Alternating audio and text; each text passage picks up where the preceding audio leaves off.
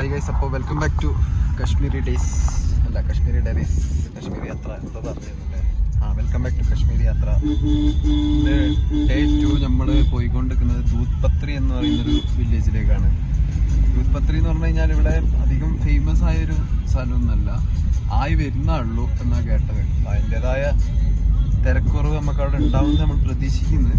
പോയി നോക്കിയാലേ അറിയാൻ പറ്റുള്ളൂ. ഇപ്പം ആ റൂട്ടിൽ ഇങ്ങനെ പോയി നോക്കുക. ശ്രീനഗർ ഒരു 39-40 കിലോമീറ്ററിൻ്റെ അടുത്ത് ട്രാവൽ ചെയ്ത് കഴിഞ്ഞാൽ 2.5 മണിക്കൂറോളം ടൈം വരും. ചെറിയ റോഡായതുകൊണ്ട് ട്രാവൽ ചെയ്ത് കഴിഞ്ഞാൽ എത്തിപ്പെടുന്നൊരു സ്ഥലമാണ് ദൂത് പത്രി. അപ്പോൾ ആ റൂട്ടിൽ ഇങ്ങനെ പോയിക്കൊണ്ടിരിക്കുകയാണ്. ഫുൾ ആപ്പിൾ തോട്ടത്തിൻ്റെ കടക് പാടത്തിൻ്റെ ഒക്കെ ഇടയിലൂടെ ചെറിയ ചെറിയ ഗ്രാമങ്ങളാണ്, പക്ഷെ നല്ല ഭംഗിയുള്ള സ്ഥലമാണ്.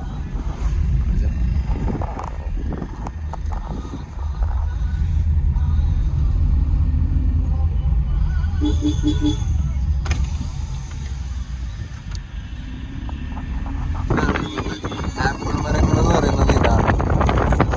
ആപ്പിൾ പോയിട്ട് വില പോലും ഇല്ല. ഈ റൂട്ടിലൊക്കെ ശ്രദ്ധിച്ചു നോക്കിയപ്പോൾ കടുകുപാടം ഇതാണ് കടുകുപാടം. ഞാൻ പൂക്കൾ നല്ല രസമില്ല. ദൂരെ നോക്കിയാൽ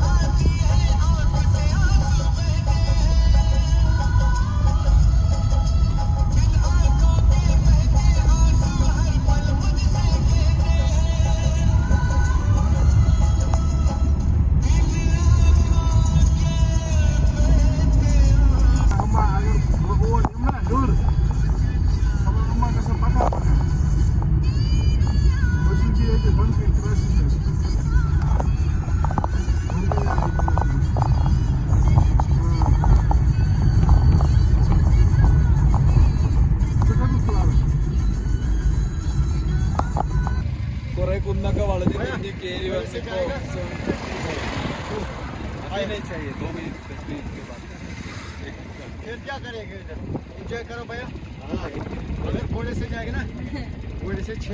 भैया प्लीज ओके बोलो.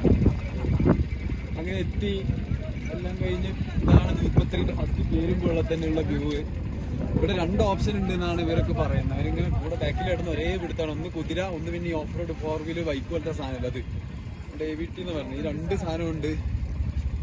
2 ആൾക്കാരും നല്ല അപ്രോച്ചിങ് ആണ്. എന്താ ചെയ്യേണ്ടതെന്ന് അറിയില്ല.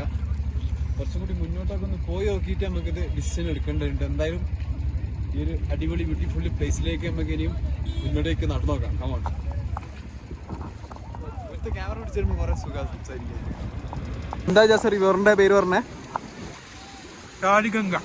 അങ്ങനെ നമ്മള് ദൂത് പത്രിന്റെ അവിടെ നിന്ന് എൻട്രൻസിൽ നിന്ന് 3 കുതിര 1000 രൂപക്ക് എടുത്ത് ശാലിഗംഗ എന്ന് പറയുന്ന ഒരു റിവറിന്റെ സ്പോട്ടിൽ എത്തിയിരിക്കുകയാണ്. ഇതാണ് റിവർ.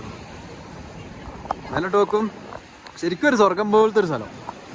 അവിടെ നിന്ന് ഇങ്ങനെ ഒരു ചോളം കൂടി തിന്നുമ്പോ വൈബ്.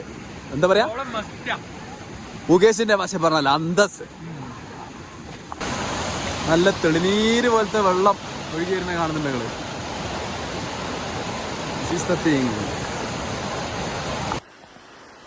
അങ്ങനെ ട്രെക്ക് ചെയ്ത് കുറച്ച് മേലെ കയറിയപ്പോഴുള്ള വ്യൂ ആയത്. Did you see these views, guys? Kashmir.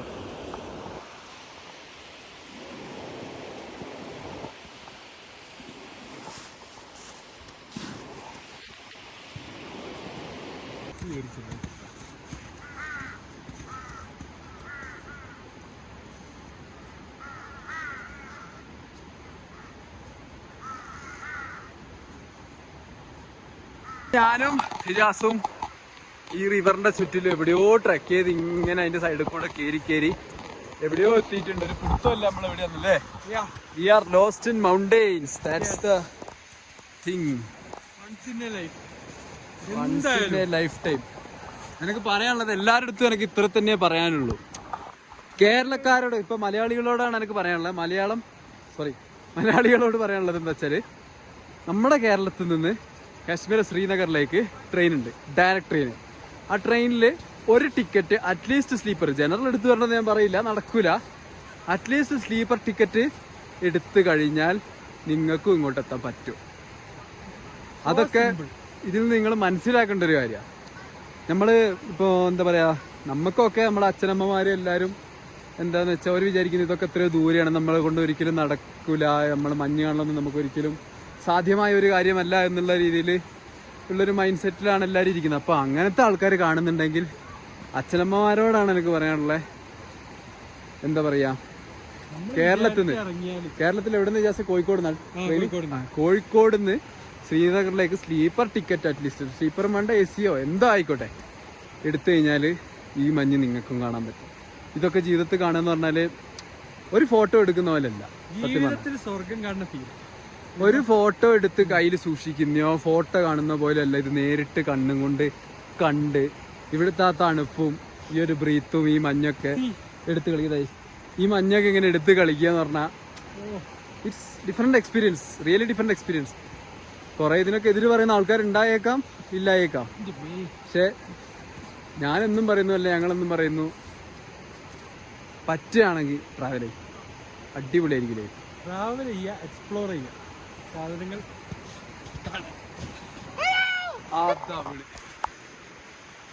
നിങ്ങൾ കണ്ടോ മേലത്തെ വ്യൂ ഒക്കെ ഒന്ന് നോക്കി നോക്കും. ഇതിലൊക്കെ റിയൽ ലൈഫിൽ വന്ന് നിൽക്കുമ്പോൾ കിട്ടുന്ന ഹാപ്പിനെസ് എന്ന് പറയുന്നത്, എന്തൊക്കെ പറഞ്ഞാലും നമ്മുടെ നാട് തന്നെ അടിപൊളി, ശരിയാ കേരളം. പക്ഷെ ഇങ്ങനത്തെ ഒരു പ്ലേസിൽ ഇങ്ങനെ ലോസ്റ്റായി മനുഷ്യന്മാരില്ലാത്ത സ്ഥലത്തൊക്കെ ഇങ്ങനെ കയറി ഇങ്ങനെ നിന്ന് ഈ കാടിൻ്റെ ഈ നദി, ഇവിടെ ഒരു നദി ഉണ്ട്, ഞാൻ കാണിച്ചു തരാം. ഈ നദീൻ്റെ ശബ്ദവും കേട്ട് ഈ മഞ്ഞത്തിൽ, മീൻസ് ഈ മഞ്ഞില് കണ്ടോ, ഈ ശബ്ദവും കേട്ട് ഈ മഞ്ഞിൽ നിൽക്കുമ്പോൾ അറ്റ് ദ പീക്ക് നോക്കുമ്പോൾ കിട്ടുന്ന ഒരു ഫീൽ ഈസ് വേറെ ലെവൽ. എമ്പുരാനെ കുറിച്ച് സുരാജ് വെഞ്ഞാറമോട് പറഞ്ഞ പോലെയാണെങ്കിൽ ഇറ്റ്സ് ജംഗിൾ പൊളി. So please guys, please do visit Kashmir. കാശ്മീരെ ജന്നത്ത് എന്ന് പറയുന്നത് വെറുതെ അല്ല. ഇത്രയും പറഞ്ഞുകൊണ്ട് നമ്മളിനി ഈ നദീൻ്റെ സൈഡിൽ നിന്ന് വിട്ട് പുതിയ ഏതെങ്കിലും ഭാഗത്തേക്ക് പോയി നോക്കട്ടെ. ഒന്നുകൂടി ഓർമ്മിപ്പിക്കാം, നമ്മൾ ദൂത് പത്രി എന്ന് പറഞ്ഞാൽ ടൂറിസ്റ്റുകൾ അറിഞ്ഞു വരുന്ന ഒരു പുതിയ സ്പോട്ടിലാണ് കാശ്മീരിൽ. അതുകൊണ്ട് തന്നെ നമുക്ക് ടൂറിസ്റ്റിൻ്റെ തിരക്ക്, റഷ് എല്ലാം നമുക്കിവിടെ കുറവായിരിക്കും. അപ്പോൾ നമുക്ക് അടുത്ത സ്പോട്ടിൽ പോയി നോക്കാം.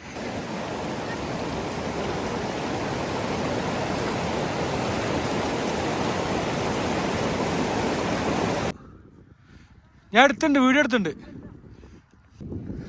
മറ്റേ ഇതില് പൃഥ്വിരാജ് എടുക്കണവരുണ്ട്. കടയിൽ ഞാൻ പറഞ്ഞ പോലെ കാവ ചായ പറഞ്ഞോട് 50 രൂപയാണ് ഒരു ഗ്ലാസ് ചായക്ക് പറഞ്ഞ്. ഇതാണ് കാശ്മീരിൻ്റെ ഐഡിയൽ, അല്ലെങ്കിൽ എന്താ പറയുക, അൾട്ടിമേറ്റ് കപ്പ്. എല്ലാവരും എവിടെ പോലും പ്രിന്റിലുള്ള കപ്പ് കാണും. കാവ ഇവിടുത്തെ പൊളിയാന്നൊക്കെ മുമ്പിൽ പറഞ്ഞപ്പോൾ ടേസ്റ്റ് ചെയ്തോളാം.